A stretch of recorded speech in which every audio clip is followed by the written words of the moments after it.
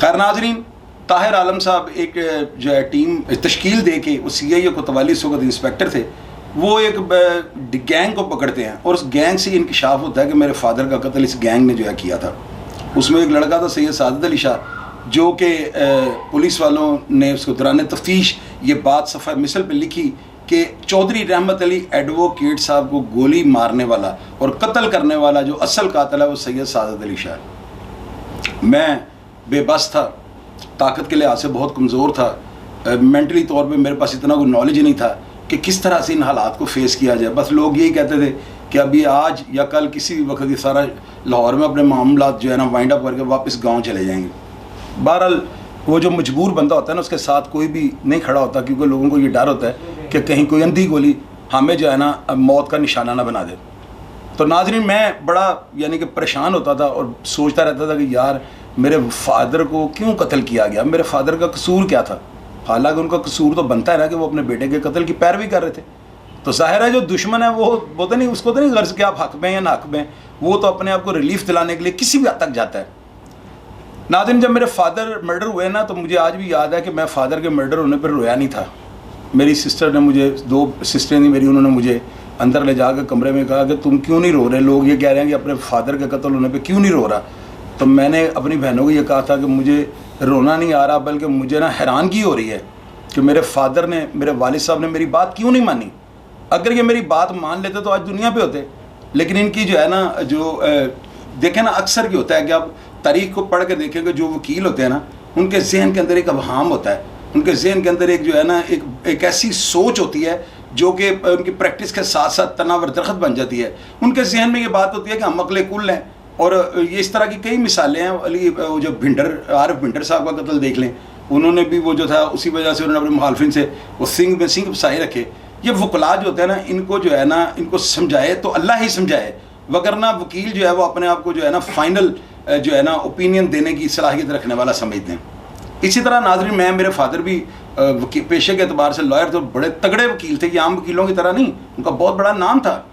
اور میرے والد صاحب جو تھے وہ بھی اسی طرح، یعنی ان کی سوچ تھی کہ میں اگر اپنے بیٹے کے قتل کی پیروی چھوڑ دوں گا، یہ ملزمان بری ہو گئے، تو میرے پاس کیس لے کے کس نے آنا. تو لوگوں نے کہنا اپنے بیٹے کے قتل کی پیروی جو ہے نا نہیں کر سکا، ملزموں کے کیفر کردار پر نہیں پہنچا سکا، تو ہمارے کیسوں کا کیا ڈیسیجن کروائے گا. اسی وجہ سے میرے والد صاحب ان کی پیروی نہیں چھوڑ رہے تھے. اور وہ آخر کیا ہوا، مودن کو اپنی آگوش میں لے لیا اور وہ جام شہادت نوش کر کے. میرے تو فادر تھے نا، تو میں تو ان کو شہید کا ہی کہوں گا، کیونکہ وہ اس دن تھے بھی اپنی وردی میں، وکلا کا انہوں نے کوٹ پہنا ہوا تھا. اور جنگ اخبار نے یہ خبر لگائی تھی قانون کا ایک باب ختم ہو گیا. یہ اس دور کے جو وکیل تھے، خان منصور الرحمان خان افریدی اور جتنے غلام باری سلیمی، آر اوان وغیرہ، یہ سب اس واقعہ کے، اس خبر کے چشمدید گواہ ہیں.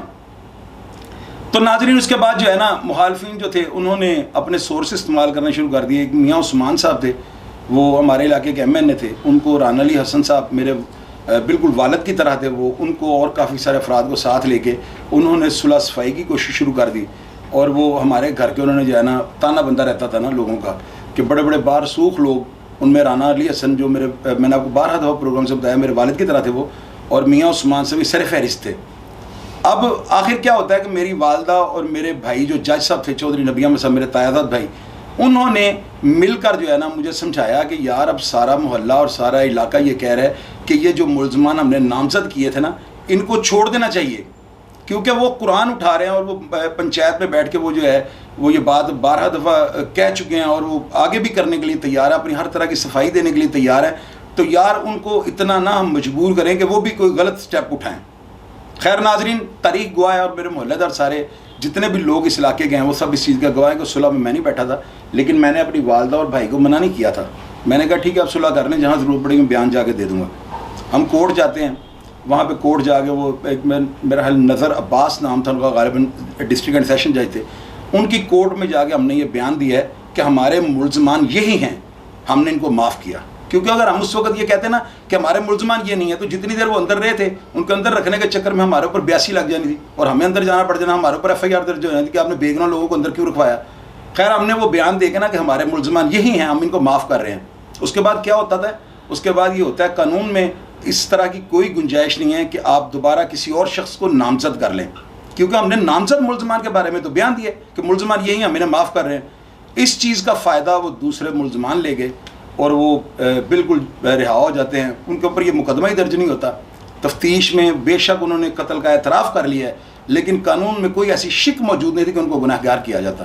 طاہر عالم صاحب نے میری والدہ سے بھی رابطہ کیا تھا, لیکن میری والدہ نے کہا تھا کہ ہم کچھ نہیں کر سکتے, ہم نے تو نامزد ملزمان کو یہ کہہ کے کہ ملزمان یہی ہم ان کو معاف کر رہے ہیں, تو لہٰذا ہم اپنی ایف آئی آر کو کسی اور پہ درج نہیں کروا سکتے. آپ کا بہت شکریہ.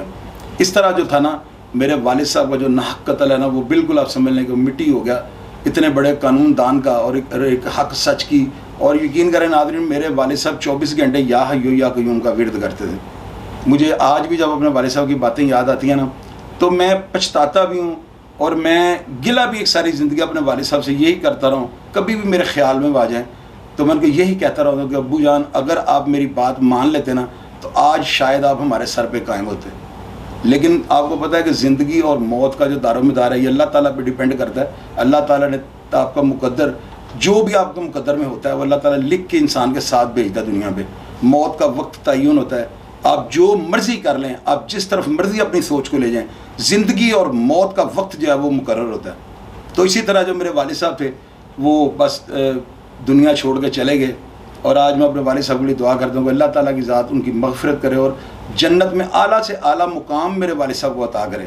ناظرین, میں دوستوں کو بھائیوں کو یہ بتاتا رہتا ہوں کہ یار میری بات آج یاد رکھیے گا, اگر کوئی آپ کا جاننے والا, اگر کوئی آپ کا چاہنے والا, اگر کوئی آپ کا خونی رشتہ دنیا میں اس طرح اس کے ساتھ ہو جائے اور وہ قتل ہو جائے تو ہمیشہ حق سچ کا ساتھ دیجیے گا, اور حالات و واقعات کو دیکھ کر وقت کا تعین کرنے میں غلطی نہ کیجیے گا. کیوں؟ میں نہیں چاہتا کہ کوئی اور اپنے باپ سے محروم ہو جائے.